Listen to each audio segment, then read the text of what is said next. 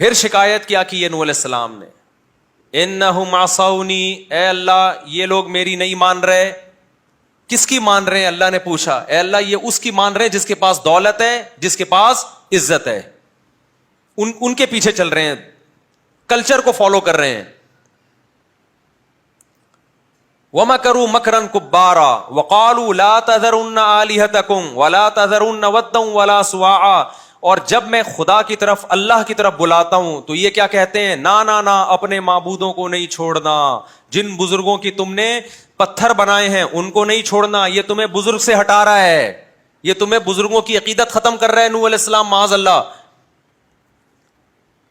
وَلَا تَذَرُنَّ وَدًّا وَلَا سُوَاعًا, نہ ود کو چھوڑنا ہے نہ سوا کو چھوڑنا ہے. وَلَا يَغُوثَ وَيَعُوقَ وَنَسْرًا, نہ یغوث کو چھوڑنا ہے نہ یعوق کو چھوڑنا ہے نہ نصر کو. ایک ایک کا نام لے کے وہ قوم کہتی تھی ان میں سے کسی کو بھی نہیں چھوڑنا ہم نے. آج کے حالات پر یہ آیت کیسے منطبق ہوتی ہے؟ آج لوگ یا رسول اللہ مدد کہتے ہیں کہ نہیں کہتے, یا علی مدد کہتے ہیں کہ نہیں کہتے, یا غوث آدم مدد کہتے ہیں کہ نہیں کہتے. تو یہ خدا کے علاوہ آپ پکار رہے ہو کسی اور کو, اور کسے پکار کہتے ہیں بھائی؟ یہی کام تو وہ لوگ کرتے تھے. وہ بتوں پہ اعتکاف کر کے بیٹھتے تھے, آپ قبروں پہ بیٹھ گئے ہو جا کے. وہ بتوں کا طواف کرتے تھے, آپ قبروں کا طواف کر رہے ہو. وہ بتوں کو سجدہ کرتے تھے, آپ ان کی قبروں پہ سجدہ بت کو کیا جائے یا بزرگ کی مورتی کو کیا جائے یا بزرگ کی قبر کو کیا جائے, دونوں سجدوں میں کوئی فرق نہیں ہے. ہمیں آپ بول دیا کرو بھائی وہابڑے, دیوبندڑے, پتہ نہیں کیا کیا, گستاخ رسول. کوئی گورنمنٹ کی طرف سے کوئی پابندی نہیں ہے. ہماری صحت پہ کیا اثر پڑتا ہے بھائی؟ ہم کون سا پولیس میں ہے کہ ڈنڈے کے زور سے آپ کو اپنی بات سمجھا رہے ہیں؟ آپ نے اپنی قبر میں جانا ہے اور ہم نے اپنی قبر میں. کل اللہ ہم سے قبر میں پوچھے گا کہ تم نے وہ توحید جو قرآن میں ہے لوگوں کے سامنے بیان کی تھی کہ نہیں کی تھی, ممبر پہ حق ادا کیا تھا کہ وَمَن يَدْعُ مَعَ اللَّهِ إِلَٰهًا آخر, جو اللہ کے سوا کسی کو پکارتا ہے اللہ نے اس سے حساب و کتاب لینا ہے, اس کو نہیں چھوڑے گا اللہ. تو کیا تم نے ممبر پہ لوگوں کو بتایا تھا کہ صرف یا اللہ مدد کا نعرہ لگے گا, یا رسول اللہ مدد, یا علی مدد, یا غوث آدم مدد, یا حسین مدد؟ نہیں لگے گا. ہم کہہ دیں گے اللہ ریکارڈنگ موجود ہے, ثبوت موجود ہے. اب تو ہر چیز ریکارڈ ہو, اللہ کے پاس تو ویسے ہی ریکارڈ ہو رہی ہے, دنیا میں بھی ریکارڈنگ موجود ہے. آپ پھر بھی یا علی مدد کہتے ہو, آپ پھر بھی یا حسین مدد کہتے ہو, آپ پھر بھی یا غوث آدم مدد کہتے ہو, آپ پھر بھی کسی قبر کو سجدہ کرتے ہو. تو بھئی آپ کے پاس اگر اس کی ایکسپلینیشن اللہ کے پاس اللہ کو مطمئن کرنے کے لیے ہے تو آپ پیش کر دینا. اللہ اگر آپ کو عذاب نہ دے تو ہمیں کوئی تکلیف نہیں ہے. لیکن اللہ نے قرآن میں جو وعدہ کیا ہے, اب اللہ جانے آپ جانے, اللہ نے وعدہ یہ کیا ہے کہ مشرک کی میں کسی قیمت پہ مغفرت نہیں کروں گا. شرک معاف نہیں ہو سکتا, کچھ بھی کر لو, یہ غیرت کا مسئلہ ہے. شرکت جو ہے نا کوئی بھی غیرت مند برداشت نہیں کرتا. جو حاکم ہو, شوہر حاکم ہوتا ہے نا, گھر کا سربراہ ہوتا ہے, اس لیے اللہ نے عورت کو دو مردوں کی اجازت نہیں دی ہے, کیونکہ سربراہ دو نہیں ہو سکتے, سربراہ ہمیشہ ایک. ماتحت زیادہ ہوتے ہیں, ماتحت زیادہ ہو سکتے ہیں. سربراہ ایک باپ ایک ہی ہوتا ہے, بچے زیادہ ہوتے ہیں, بچے ماتحت ہوتے ہیں. یہ نہیں ہوتا کہ یہ بھی ابا اور وہ بھی ابا, میرے دو ابا ہیں, اس میں باپ غیرت سے مر جائے گا. سربراہ ہمیشہ کیا ہوتا ہے میرے بھائی؟ ایک. آپ کی بیوی نافرمان ہے, کھانا نہیں پکاتی, برداشت کر لو گے آپ. آپ کی زوجہ بد اخلاق ہے, برداشت کر لو گے. لیکن آپ کی زوجہ آپ کی بے انتہا خدمت کر رہی ہے, آپ کی وائف آپ کا ہر طرح سے خیال کرتی ہے, آپ کے ماں باپ کی بھی خدمت. ایک عیب ہے اس کے اندر کہ جب اس سے پوچھا جائے آپ کا شوہر کون ہے تو کہتی ہے وسیم بھائی بھی ہیں اور غفار صاحب بھی ہیں. جو بغیرت ہوگا نا وہ کہے گا کوئی بات نہیں یار, ایک عیب ہے نا کہ مجھے بھی شوہر مانتی ہے, اس کو بھی مانتی ہے, خدمت تو دیکھو نا یار, اس کی خوبیاں تو دیکھو نا. غیرت مند کہے گا یہ تمام خوبیاں, ان پر یہ والی خامی کا پلڑا بھاری ہے. آج کا مشرک کہہ سکتا ہے کہ ہم اللہ کے علاوہ کسی اور کو اللہ نہیں مانتے. مفتی صاحب مثال دے رہے ہیں شوہر کی کہ ایک عورت کہہ رہی ہے یہ بھی میرا شوہر وہ بھی میرا شوہر, تو یہ مثال تو اس مشرک پہ فٹ ہوگی جو کہے گا اللہ بھی میرا اللہ اور یہ قبر بھی میری اللہ, ہم تو قبر کو اللہ نہیں مانتے. ہم تو بتوں کو اللہ نہیں مانتے, ہم تو کہتے ہیں بھگوان ایک ہی ہے جو آسمانوں پہ ہے, ہم تو ایک مانتے ہیں, ہم تو کہتے ہیں اللہ نے ان کو اختیارات دیے رکھے ہیں. تو اس کے لیے میں ایک اور مثال مارکیٹ میں لے کر آیا ہوں. مارکیٹ میں ایک اور مثال, آپ کی وائف کہتی ہے شوہر تو آپ ہی ہو, لیکن رات اس کے ساتھ گزاروں گی میں. آپ کہتے ہو کہ بیگم جب میں شوہر ہوں تو رات اس کے ساتھ گزارنے کا کیا مطلب؟ تو وہ کہتی ہے آپ کے ساتھ بھی تو گزارتی ہوں نا, یہ اس کی علامت ہے کہ آپ میرے شوہر ہو, اور اس کے ساتھ میں گزار رہی ہوں شوہر مان کے نہیں. کچھ بھی فرض کر لیں شوہر نہیں ہے وہ, رات گزاروں گی. آپ کہو گے کہ پھر اسی کے ساتھ گزارو, میرے ساتھ بولو مت گزارو. وہ کہ دیکھیں یہ نادرہ میں نے شوہر کے خانے میں آپ کا نام ڈلوایا ہے, یہ نکاح نامے میں بھی آپ کا نام ہے. کوئی بھی مجھ سے پوچھتا ہے ہسبینڈ کون ہے, میں کہتی ہوں وسیم صاحب ہے ہسبینڈ میرے, ہر جگہ آپ کا نام. تو آپ کہو گے بھائی نام جب میرا ہر جگہ ڈالا ہوا ہے تو پھر جو چیزیں صرف شوہر کے ساتھ خاص ہیں وہ بھی میرے ساتھ خاص ہونی چاہیے. اگر کسی اور کو اس میں شریک کر لیا تو ڈاکومنٹیشن کے تکلف کی ضرورت نہیں ہے. یہ نکاح نامہ اپنے پاس رکھ اور کل طلاق نامہ مل جائے گا تجھے. نہیں آئی میرا خیال ہے بات؟ بھائی شوہر کا مطلب کیا ہوتا ہے؟ نادرت کا تو اب بنا ہے نا, آدم علیہ السلام کے زمانے میں تو نادرہ نہیں تھا, اس میں تو کاغذات. ابھی بھی بلوچستان میں زیادہ تر کے پی کے میں گاؤں دیہاتوں میں جائیں, پنجاب کے گاؤں دیہاتوں میں نکاح نامے نہیں بنے ہوتے, کوئی کاغذ نہیں ہے. عورت جس کے ساتھ رہتی ہے اس کو شوہر سمجھا جاتا ہے, نکاح ہوا تھا بھائی. تو آپ دلیل میں کیا کہو گے اپنی بیگم سے؟ بیگم بات یہ ہے کہ یہ کاغذ رکھ ایک طرف, جب تو نے مجھے شوہر مانا ہے تو شوہر اور بیوی کا جو ریلیشن ہے وہ صرف میرے ساتھ ہوگا, وہ میرے علاوہ کسی اور کے ساتھ نہیں ہوگا. اگر دیا تو 100 دفعہ کہتی رہے میں تیرا شوہر ہوں, میں نہیں مانتا. اللہ کہتا ہے, بعض لوگ مجھے اللہ کہتے ہیں, خالق کہتے ہیں, لیکن مخلوق اور خالق کا جو رشتہ ہے اس میں کسی اور کو میرے ساتھ شریک کرتے ہیں. دعا کا رشتہ صرف پکارنے کا رشتہ, یہ معبود اور عابد کا رشتہ ہے. دعاؤں کے لیے ہاتھ اٹھانا, سجدے کرنا, طواف کرنا, یہ معبود اور عابد کا رشتہ ہے. اگر کوئی عبادت گزار یہ رشتہ اللہ کے علاوہ کسی اور کو دیتا ہے, وہ 100 دفعہ بھی کہتا ہے کہ میں صرف اللہ کو مانتا ہوں, اللہ اس ماننے کو نہیں مانتا. کھوپڑی شریف میں بات آ رہی ہے. میں سوچ رہا ہوں کھوپڑی کا نام تبدیل کر کے ناریل رکھ دوں, کھوپڑی کا نام چینج کر کے ناریل رکھ دوں, لیکن توہین کا ڈر ہے اس لیے میں نہیں یہ کام کرتا. کھوپڑی پہ بہت لوگوں کی کھوپڑی گھوم جاتی ہے کہ یار ہمیں اچھے بھلے دماغ کو مفتی صاحب کھوپڑی کیوں کہہ رہے ہیں. مشرکین کون سا یہ کہتے تھے کہ 2 اللہ ہیں؟ قرآن کیا کہتا ہے؟ وَلَئِن سَأَلْتَهُم مَّنْ خَلَقَ السَّمَاوَاتِ وَالْأَرْضَ لَيَقُولُنَّ اللَّهُ. اے نبی جب آپ 360 بتوں کی عبادت کرنے والے مشرکوں سے پوچھتے ہو کہ اس کائنات کا بنانے والا کون ہے, تمام کافر, تمام غیر مسلم مشرک کہتے تھے صرف اللہ, اللہ ہے جس نے ان کو بنایا ہے. وہ بھی اللہ کو ایک مانتے تھے. تو اللہ نے کہا کہ جب وہ ہے تو پھر دعاؤں میں ان کو پکارتے کیوں ہو؟ وہ حق جو اللہ کا ہے وہ ان کو کیوں دیتے ہو؟ تو وہ کہتے تھے ہم اللہ کو بھی مانتے ہیں. تو اللہ نے کہا ایسا ماننا مجھے معتبر, مجھے قبول نہیں ہے. وما یؤمن اکثرهم باللہ الا وهم مشرکون. اللہ کہتے ہیں یہ لوگ مجھ پر ایمان لاتے ہیں, ساتھ میں میرے ساتھ کسی اور کو پکارتے ہیں, شریک کرتے ہیں, تو یہ والا ماننا مجھے قبول نہیں ہے.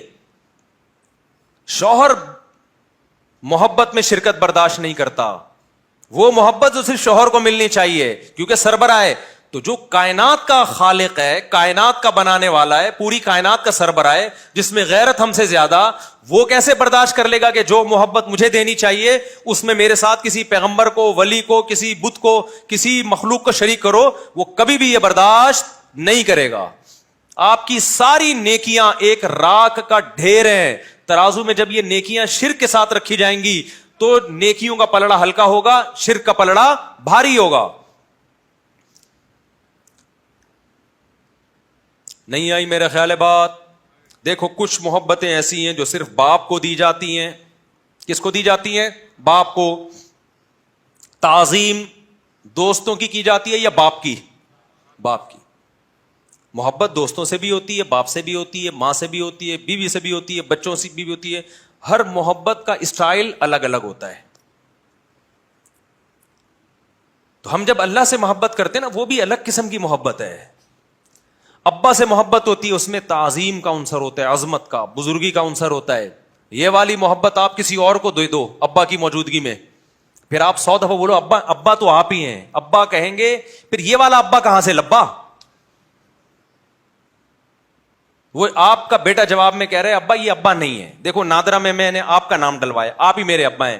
ابا کہے گا کہ جو محبت باپ کو دینی چاہیے تو وہی اسٹائل میں اس کو بھی محبت دے رہا ہے، تو پھر اس کا مطلب تو یہ تیرا باپ ہے. پھر جو محبت ماں کو ملنی چاہیے آپ کسی اور انٹی کو وہ محبت دے رہے ہیں تو ماں کو غصہ آئے گا نا. جو اولاد کو ملنی چاہیے آپ پڑوسیوں کے بچوں کو وہ محبت، وراثت ساری پڑوسیوں کے نام کر کے جا رہے ہو. تو بچہ کیا کہے گا؟ ابا آج آپ نے ہمارے دل پہ آرے چلا دیے. ویسے تو ساری زندگی آپ نے ہمیں تانے ہی دیے ہیں، لیکن ایک وراثت جو خونی رشتے کو ملتی ہے وہ بھی آپ نے پڑوسیوں کے بچوں کو دے دی. باپ کہے بیٹا غم نہ کرو، نادرا میں دیکھو میں نے تمہارا نام ڈالا ہوا ہے. آپ بولو گے ابا یہ نادرا کی کاپی اپنے پاس رکھو، اس کا ہمیں کوئی فائدہ نہیں ہے، وراثت تو ساری ان کو دے دی آپ نے. ہم مار کھاتے رہے ساری زندگی، آپ نے آج تک ایک گٹکے کی پیسے نہیں دیے، ہم نے یہ بھی برداشت کیا، سب کچھ برداشت کیا، لیکن یہ تسلی تھی کہ ہیں تو ہم آپ کے نا، تو وراثت ہمیں کس کو ملے گی؟ وہ تو ہمیں ملے گی. وہ بھی آپ نے کسی اور کو اٹھا کے دے دی. لیکن ابا کو اس پہ فخر ہے، بیٹا جہاں بھی محفل میں جاتا ہوں میں تمہیں اپنا بیٹا کہتا ہوں، اور جن کو میں نے وراثت دی ان کو اپنا بیٹا نہیں کہتا. تو آپ بے وقوف بن جاؤ گے ابا کی ان باتوں میں. اتنی عقل آپ میں ہے تو کیا معاذ اللہ نقل کفر، اللہ میں معاذ اللہ اتنی سمجھ نہیں ہے کہ آپ اللہ کو اللہ اللہ کہتے رہو، لیکن جب پکارنے کی بات آئے تو کبھی یا اللہ مدد، کبھی یا رسول اللہ مدد چلا دیا آپ نے، کبھی یا اللہ مدد چلا دیا، کبھی یا علی مدد چلا دیا، کبھی یا اللہ مدد چلا دیا، کبھی یا غوث اعظم مدد چلا دیا، کبھی بیت اللہ کے گرد طواف کر رہے ہو، کبھی قبر کے گرد بھی کر رہے ہو جا کے. اللہ کا گھر اور قبر آپ کی نظر میں کیا ہو گئے؟ برابر ہو گئے. پھر آپ 100 دفعہ بولتے رہو میں توحید کو مانتا ہوں، میں لا الہ الا اللہ کہتا ہوں. ایسا لا الہ الا اللہ تو قادیانی بھی پڑھتا ہے، کیا وہ جنت میں چلا جائے گا؟ خالی لا الہ الا اللہ، لا الہ الا اللہ کا جو مفہوم ہے وہ سمجھ کے پڑھیں گے تو مسلمان ہوں گے بھائی. ابو جہل کو مطلب پتا تھا لا الہ الا اللہ کا، اس لیے اس نے نہیں پڑھا. ابو جہل آج کے دور میں ہوتا کہتا ہے یار یہ تو ان کے یہاں تو 20 مطلب ہے لا الہ الا اللہ کے، مجھے کیا پتا تھا یہ والا مطلب بھی نکل سکتا ہے، تو وہ پڑھ لیتا. وہ اس کو پتا تھا بھائی جو محمد صلی اللہ علیہ وسلم کا جو مطلب ہے نا لا الہ الا اللہ والا، وہ مطلب اس سے میرے نظریات کے دھجیے اڑ جائیں گے، اس لیے وہ نہیں آخری دم تک نہیں پڑھا اس نے. آج ہم لا الہ الا اللہ بھی پڑھ رہے ہیں، پھر یا رسول اللہ انظر حالنا واسمع قالنا. یہ کیا ہو رہا ہے مسجدوں میں بھائی؟ وَأَنَّ الْمَسَاجِدَ لِلَّهِ، مسجدیں اللہ کا گھر ہیں، فَلَا تَدْعُوا مَعَ اللَّهِ أَحَدًا، اللہ کے ساتھ کسی اور کو مت پکارو. کمال کی بات ہے یہ آیت بیچ میں لکھی ہوگی، دائیں طرف یا اللہ مدد اور بائیں طرف یا رسول اللہ مدد. اللہ کہہ رہے سجدہ گاہیں اللہ کے لیے ہیں، اللہ کے ساتھ کسی کو مت پکارو. آپ کہتے ہیں اللہ اس آیت کے دائیں اور بائیں میں ہم تیرے ساتھ کسی اور کو بھی پکاریں گے. تو یہ پیغمبر سے محبت نہیں ہے، یہ پیغمبر کی تعلیمات کی دھجیاں اڑا رہے ہو آپ. وہ سید الانبیاء سرور کائنات صلی اللہ علیہ وسلم جو توحید کے سب سے بڑے علمبردار تھے، شیطان نے انہی کی امت کے سامنے شرک جیسی برائی کو مزین کر دیا اور لوگوں کو شرک میں ڈال دیا. تو یہ کس کا کام ہے؟ شیطان کا کام ہے، جو برائی کو آپ کی نظروں میں کیا کرتا ہے؟ مزین. توحید پرست انسان کے چہرے پہ رونق ہوتی ہے، اس کے دل میں کیا ہوتا ہے؟ سکون. قرآن یہ مثالیں بھی دیتا ہے. ضرب اللہ مثلا رجلا فیہ شرکاء متشاکسون ورجلا سلما لرجل هل یستویان مثلا. کیا پیاری مثال دی قرآن نے.